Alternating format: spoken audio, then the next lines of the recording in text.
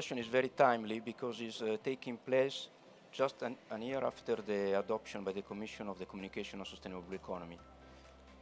The objective of this session is to introduce you this call for proposal, and also funded by the European Maritime, Fishery and Aquaculture Fund, but also to have a discussion with a panel of high-level speakers that are sitting just right behind me, and in particular to have a chat with them about why it is so important to promote a gender neutrality in the society, and in particular in the blue economy.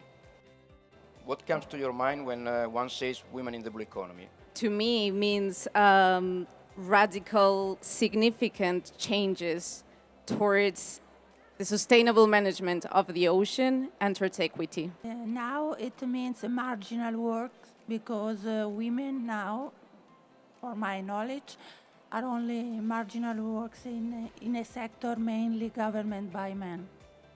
I think my two words are similar to your one. So I was thinking about innovation, even if it's typically not linked to females, but can elaborate on that, and sustainability. I think there is a lot of space and a lot of responsibility for women for developing our future. I think that this is a typical case where a dramatic gap could be a very great opportunity, and we have to work for that.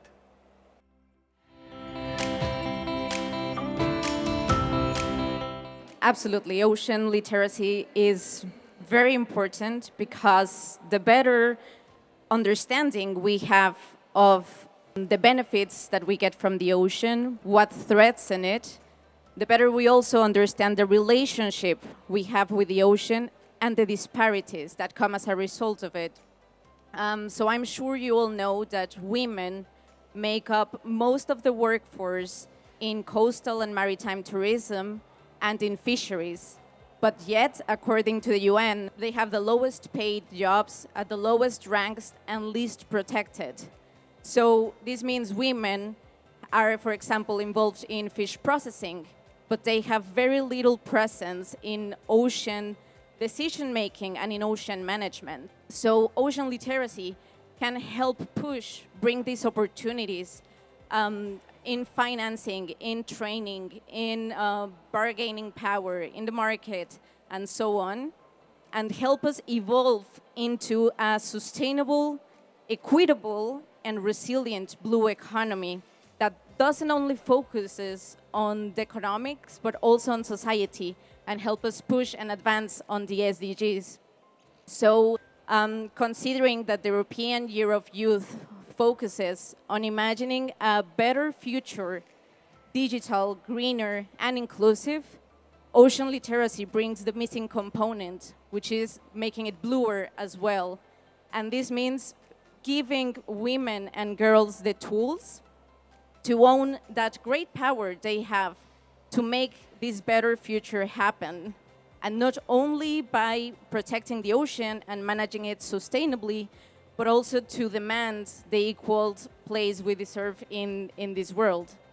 So just imagine how much more we could do if we are to include women across all sectors of blue economy, in sustainable and organic aquaculture, in blue carbon, in rethinking the way we do tourism, and so on.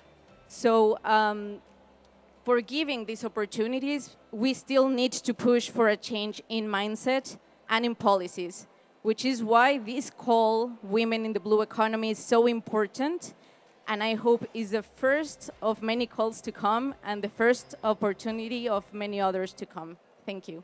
Many thanks.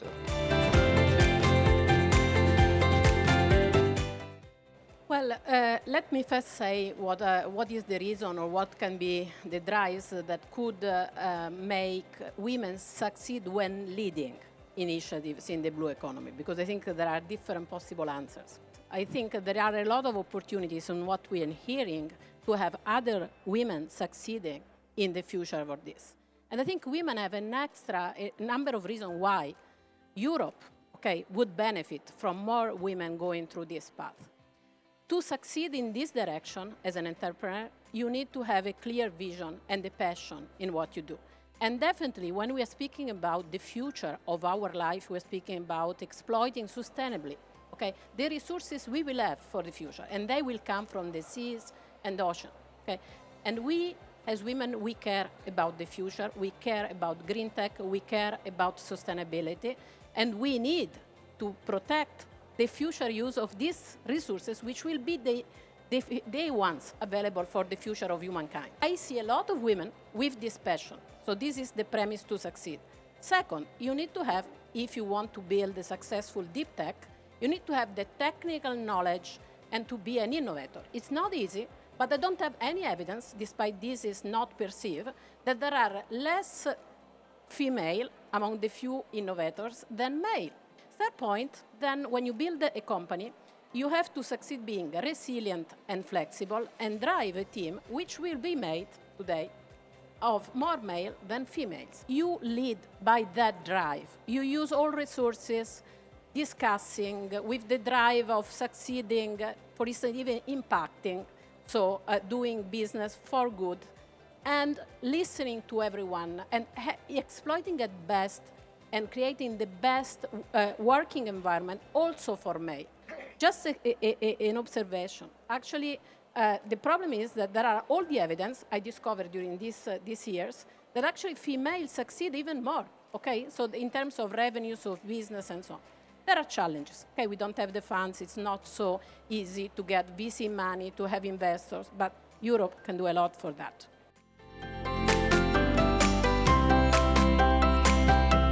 When I have started my career, it was really hard for women. Now, in my department, but in general, in the science departments, there are a great number of, a greater number or numbers of females. I can say that now female researchers are strongly motivated. They are clear in their mind their rights and duties and are able to model their future.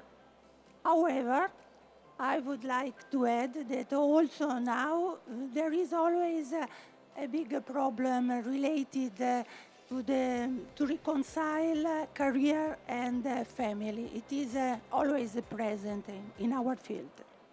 So I think that the blue bioeconomy can represent a good field for women and also for women in developing countries.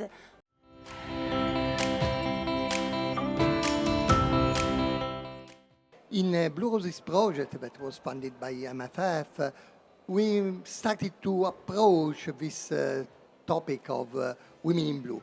Basically, the idea came from our experience. I am a marine robotician.